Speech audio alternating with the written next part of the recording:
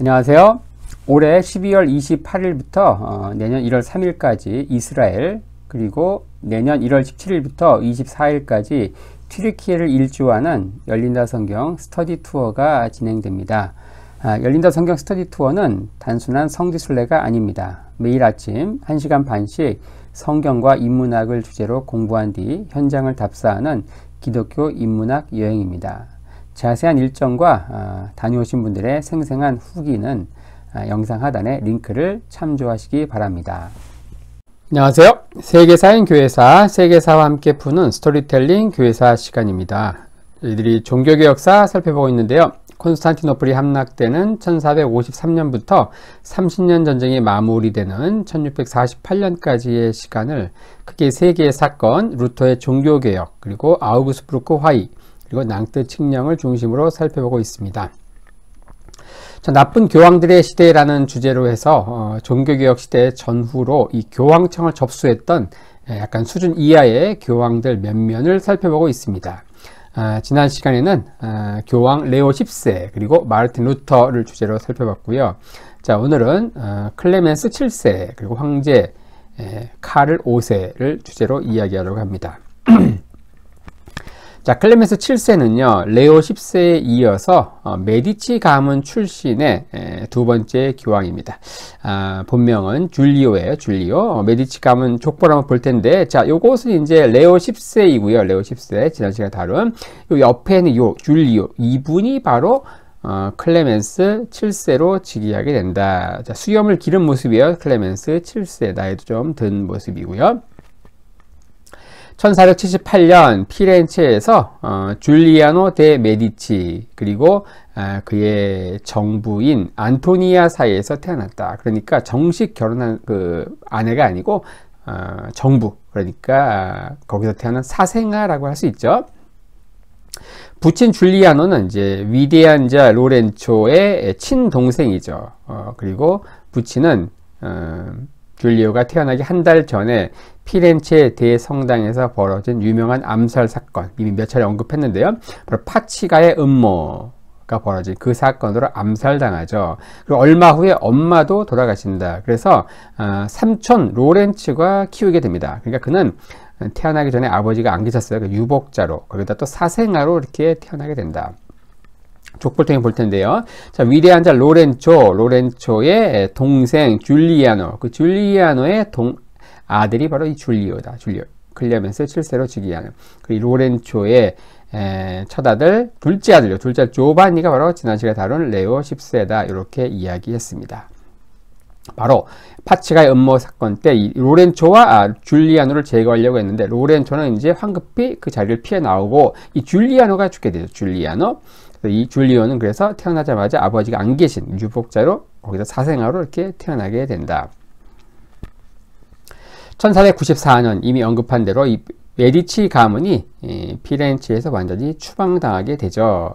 자, 사보나롤라를 중심으로 한 그 봉기, 거기다가 프랑스 샤를 8세의 침공이 겹치면서 쫓겨나게 된다. 이후 피렌체에는 이 사보나롤라를 중심으로 한 신정 통치, 그 이후에 피에로 소델리를 중심으로 한 공화정이 1512년까지 펼쳐지게 되죠. 하지만 1512년 메디치 가문은 피렌체에서 정권을 다시 획득하게 된다. 1494년부터 이때까지 18년 동안 그 메디치 가문 일족들과 함께 클레멘스 7세는 유럽 나라들을 전전하게 되죠.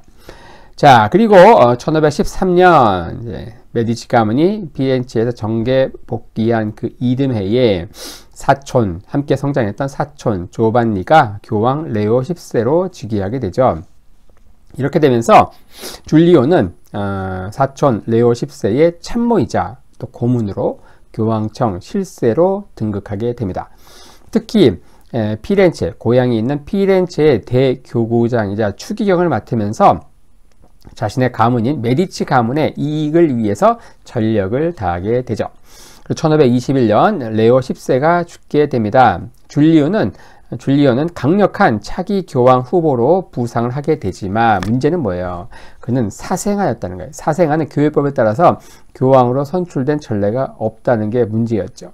거기다가 이 메디치가 일원으로 이 메디치 가문 자체가 친 독일 전선이었거든요. 그러니까 신성 로마 제국, 신성 로마 제국 편이었다. 당시 유럽 대륙은 신성 로마 제국과 프랑스 사이에 갈등이 심했잖아요. 그러니까 친 프랑스파 추기경들은 또 방해 공작을 펼치는 거예요.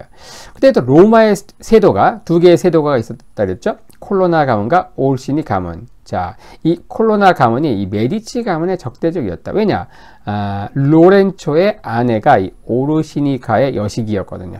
이렇게 되면서 로마의 세도가인 콜로나가의 반대, 그리고 친 프랑스파 추기경들의 방해 공작, 게다가 본인 자체가 사생아라고 하는 이러한 좀 핸디캡 때문에 결국 차기 교황으로 되지 못하고요. 하드리아누스 6세가 바로 이전 황제 카를 5세의 가정교사 출신이었는데 황제와 친했다. 요거와 결부되어 가지고 황제가 밀어줘서 결국 교황에 즉위하게 됩니다. 하지만 이 하드리아누스 6세는요 2년 만에 급사하게 돼요. 자, 이렇게 되면서 줄리오는 다시 한번 열린 콘클라베에서 온갖 수단을 동원을 하게 됩니다. 돈을 많이 뿌린 거예요. 그러면서 50일간 이어진 선거에서 황제 카를 5세가 막판 지지로 돌아서면서 결국 교황에 즉위하게 되죠. 1523년 줄리오는 클레멘스 7세로 즉위하면서 메디치 가문 출신의 두 번째 교황으로 등극하게 된다. 자, 그는 교황 되기 전부터 외모 자체가 굉장히 부드럽고 약간 우아한 외모였어요. 또 후덕한 행실로 상당히 칭찬을 받았다. 증오스러운 약간 이 메디치 일가와 약간 이미지가 달랐다는 거예요. 생긴 게. 자, 이 레오 10세 이미지 약간 좀 사나워 보이죠. 하지만 그 옆에 있는 줄리오 어떻습니까? 굉장히 우아하면서 또 이미지 자체가 그렇게 나쁘지 않았다. 그리고 이제 당시 로마 주재 베네치아 대사로 3년간 그를 가까이서 지켜본 마르코 포르카니라고 하는 분이 이 클레멘스 7세에 대해서 칭찬을 많이 했습니다. 특히 그의 정직함 그리고 경건함 이런 것들을 칭찬을 많이 했습니다. 하지만 그의 교황 즉위와 함께 그는 이제 나락으로 카운트다운이 시작되는데 교황자에 오른 직후부터 그렇게 시작합니다. 하지만 이 모든 이 상당 부분은 그의 어떤 캐릭터, 특히 우유부단함, 요즘 말로 하면 이제 뭐 결정장애 환자, 거기에 가까운. 그러니까 여기에 줄 쓸까, 저기에 줄 쓸까, 여기에 서면 저기에 불안하고, 저기에 서면 여기에 불안하고, 이런 스타일이에요. 자, 당시 유럽은요, 이 합스부르크 가문의 신성 로마 제국과 이 발로아 가문의 프랑스 사이에 이 불꽃 튀는 대립, 패권 다툼이 벌어졌다. 그 핵심은 뭐냐? 교황청에 있는 요 이탈리아 반도였거든요. 이 몇 차례 언급했습니다. 근데 그는 누구의 지지를 받고 교황제에 올랐다? 바로 카를 5세, 황제였던 카를 5세의 지지 속에 교황제에 올랐잖아요. 자, 하지만 그가 교황제에 즉위한 그 이듬해 1524년에 프랑스와 1세가 밀라노를 침공해서 점령을 합니다. 자, 그러자 그는 즉시 카를 5세와 관계를 단절하고 프랑스와 동맹을 맺어요. 하지만 그 이듬해에 있었던 1525년 이 파비아 전투에서 프랑스와 1세가 패배하고 심지어 카를 5세에게 생포가 됩니다.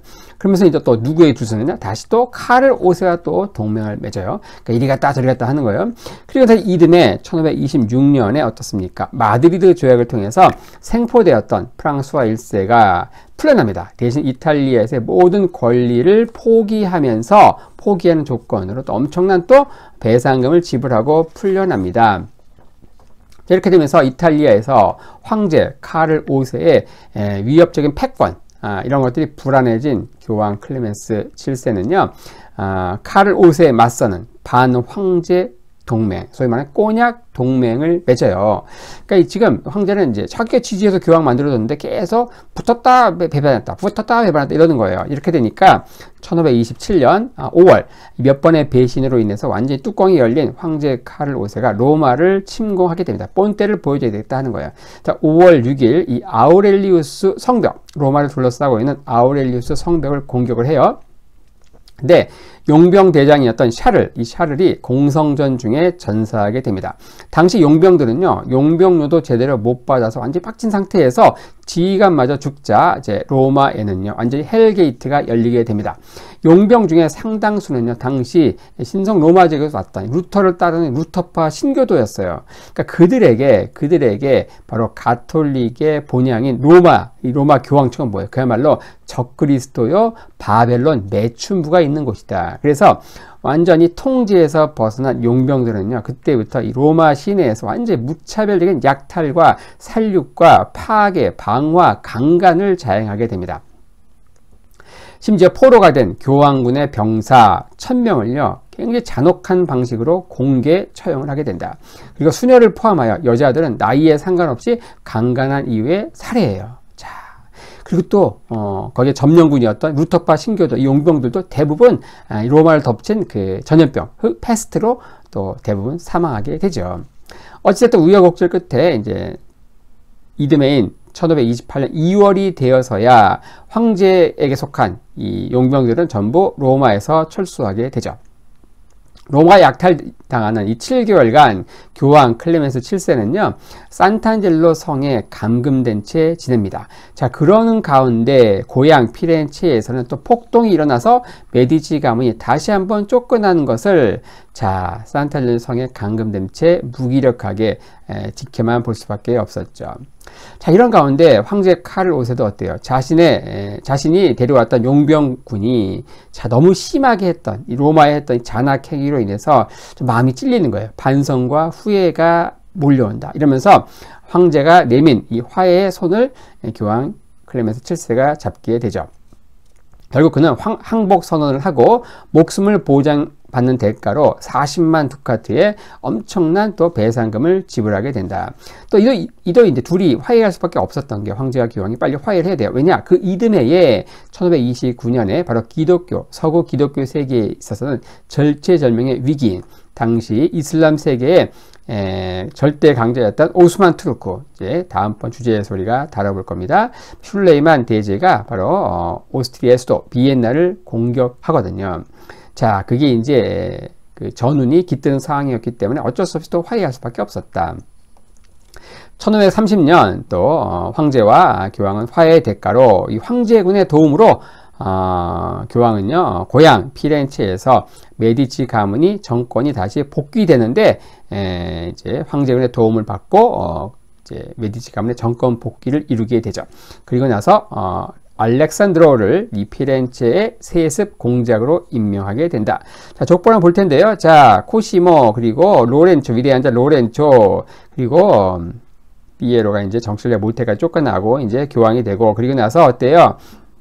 줄리아노가 피렌체의 또 리더가 됐다가 로렌초 2세가 됐다가 그때 이폴리토가 됐다가 지금 로렌초의 둘째 아들인 알렉산드로 여기를 피렌체의 초대 공작으로 세우게 된다. 그리고서 어때요? 같은 해에 볼로냐에서 교황 클레멘스 7세는 카를 5세의 황제 대관식을 거행해 줍니다. 이렇게 하면서 교황과 황제 간의 화해 그 대미를 장식하게 되지요. 자, 이후 클레멘스 7세는요, 황제인 카를 5세의 뜻에 부합하는 정책을 펼치게 됩니다. 더 이상 프랑스에 줄 설까 신성 로마 제국에 줄 설까 왔다 갔다 하지 않고 줄기차게 황제 카를 5세의 뜻에 부합하는 정책을 펴요. 자, 이게 이제 결국은 뭘 초래하게 되는가? 영국이 가톨릭 교회와 결별하는 결과를 초래하게 되는데 이게 또 뭔 말이냐? 자, 영국에요. 헨리 8세가 당시 왕이었는데 그는 1527년부터 바로 캐더린과 결혼했었는데 그 혼인 무효를 원했어요. 왜냐? 거기 사이에서 낳은 딸이 하나 있어요. 딸 메리. 하지만 아들을 낳지 못했다. 아들을 낳아야 후사가 이어지는데 아들이 없는 거예요. 또 그것도 핑계이지만 또 누구였는가? 바로 시내였던 앤 불린과 사랑에 빠진 거예요. 그래서 이혼을 하고 앤 불린과 결혼을 해야 되는데 이혼하면 안 되거든요. 가톨릭 교리에서. 그러니까 혼인이 무효다. 왜냐? 이 캐더린이 형수였거든요. 원래 형수. 그 형수와의 결혼. 이걸 하나님이 기뻐하지 않기 때문에 아들 없고 딸만 낳았다 이렇게 생각을 하고서 결국 혼인 무효를 요청을 하는 거예요, 교황에게. 하지만 교황 클레멘스 7세는 어때요? 이 결정을 무기한 유보합니다. 왜냐? 또 그럴 수밖에 없는 게 이 황제 카를 5세가 왕비 캐더린의 조카였기 때문에 그래요. 자, 한번 족보를 볼 텐데요. 자, 족보. 자, 헨리 이 헨리 8세, 영국의 헨리 8세, 영국의 튜더 왕조의 두 번째 왕, 이 헨리 8세는 총 6번 결혼하거든요. 처음 결혼한 사람이 누구냐? 스페인의 캐더린이에요. 거기서 태어난 사람이 누구냐? 메리예요. 메리. 나중에 영국의 튜더 왕조 살펴볼 텐데, 블러디 메리, 피의 굶주린 메리라고 해가지고 또 굉장히 유명한 또 분이 있어요. 두 번째가 누구냐? 바로 앤 불린. 여기서 태어난 사람이 누구냐? 바로 엘리자베스예요. 그 유명한 바로 엘리자베스 1세 여왕이 바로 처녀 여왕, 그분이 바로 이분입니다. 자, 이 캐더린과 이혼을 하고 앤 불린과 결혼을 하려고 이 캐더린과의 그 혼인 무효를 요청을 하는데 그걸 교황이 허락해 주지 않는 거예요. 왜냐? 교황 입장에서 어때요?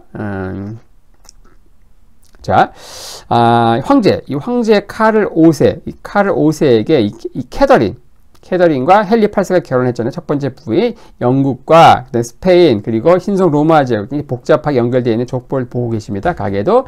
황제였던 카를 5세의 엄마가 누구냐? 후아나죠, 후아나. 이 후아나는 누구냐? 바로 스페인의 페르난도 2세와 이사벨 여왕 사이에서 태어난 첫째 딸이 후아나야. 그 막내 딸이 누구냐? 캐더린이에요, 캐더린.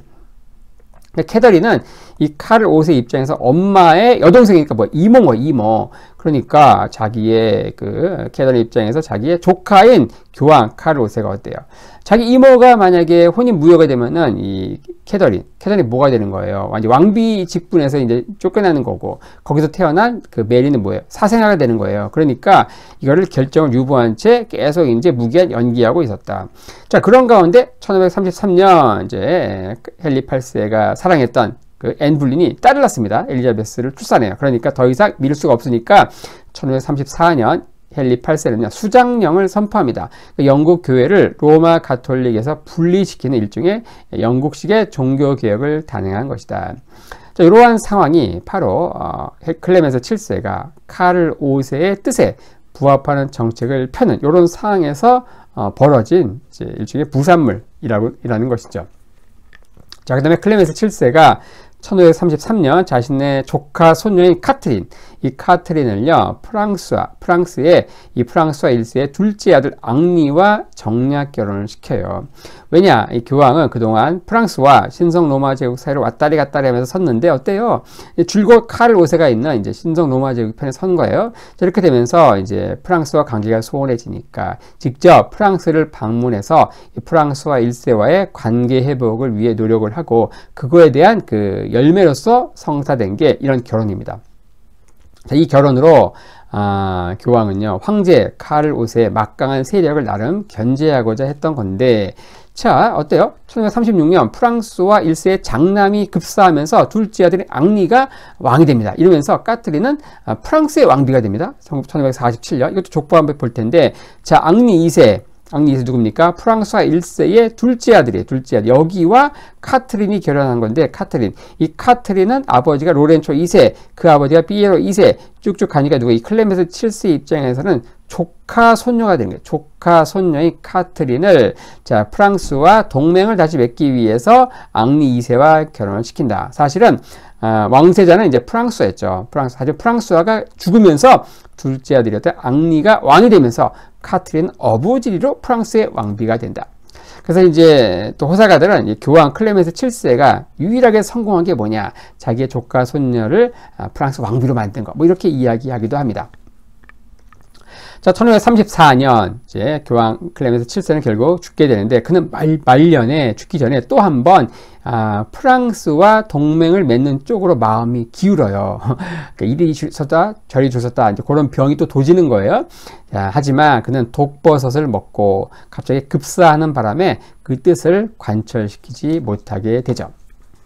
그는 죽기 직전에 세계 예술사의 어떤 불멸에 기여를 하게 되는데, 자, 미켈란젤로에게 바로 시스티나 성당의 최후의 심판 그림을 맡기게 돼요. 하지만 이제 맡기고 나서 얼마 후에 죽게 되고, 결국 그 후임 교황이었던 바오로 2세 교황 때의 6년의 제작 기간을 거쳐서 완성되게 된다. 이 그림이 완성되었을 때 천지가 개벽하는 충격을 받게 되는데, 왜냐? 등장인물들이 전부 뭐예요? 모든 금기를 깨고 나체로 등장한다. 나체로. 여기 옷이 입혀지잖아요. 나중에 이제 이것은 이제 좀 일종의 포샵 처리한 거예요. 성기를 가리고 한 게 이제 그 우대에 가서 가려진 것이다. 이 최후의 심판, 요 그림을 이제 미켈란젤로에게 그리게 하고 나서 얼마 후에 죽게 되죠. 자, 그리고 그는 1517년 로마가 약탈되는 그 6개월, 7개월 그 기간 동안에 산타넬로 성에 유폐되어 있었잖아요. 그 기간 동안에 그는 수염을 깎지 않고 기르게 됩니다. 이것은 바로 로마 약탈 기간 동안에 희생당한 사람들을 애도하는 뜻에서 그렇게 했다고 합니다. 하지만 당시에 이 성직자들은요, 모두 깨끗하게 면도를 해야 했거든요. 그래서 교회법에 위반되는 행동이었다. 하지만 이게 이제 본보기가 되어가지고 그 후임 교황인 바오로 3세도 수염을 기르고요. 1700년에 선종한 이노센트 12세 교황까지 총 24명의 교황이 수염을 길렀다는 거예요. 100년 넘게 이어진 이 수염 스타일의 선구자가 된 인물이 또 클레멘스 7세다. 바로 이렇게 수염을 이제 풍성하게 길렀다. 자, 1533년 이제 죽기 1년 전에 교황 클레멘스 7세는요, 자신의 비서를 통해서 코페르니쿠스의 지동설에 대한 설명을 듣습니다. 그걸 듣고 교황 굉장히 기뻐하면서 그 지동설을 읽은 후 이제 감명을 받아서 출판을 권한 것으로도 유명하죠. 그는 또 학문과 예술을 적극적으로 장려했고요. 이탈리아의 르네상스에 큰 공헌한 또 교황으로도 또 평가받는 인물입니다. 자, 이렇게 하면서 오늘은 메디치 가문의 두 번째 교황이었던 클레멘스 7세, 그가 이제 프랑스와 신성 로마적 사이에 왔다 갔다 섰다가 결국 당시 황제였던 카를 5세에게 밑보여 가지고 1527년 7개월에 걸친 로마 대약탈이 벌어진 그러한 상황들을 중심으로 한번 살펴보았습니다.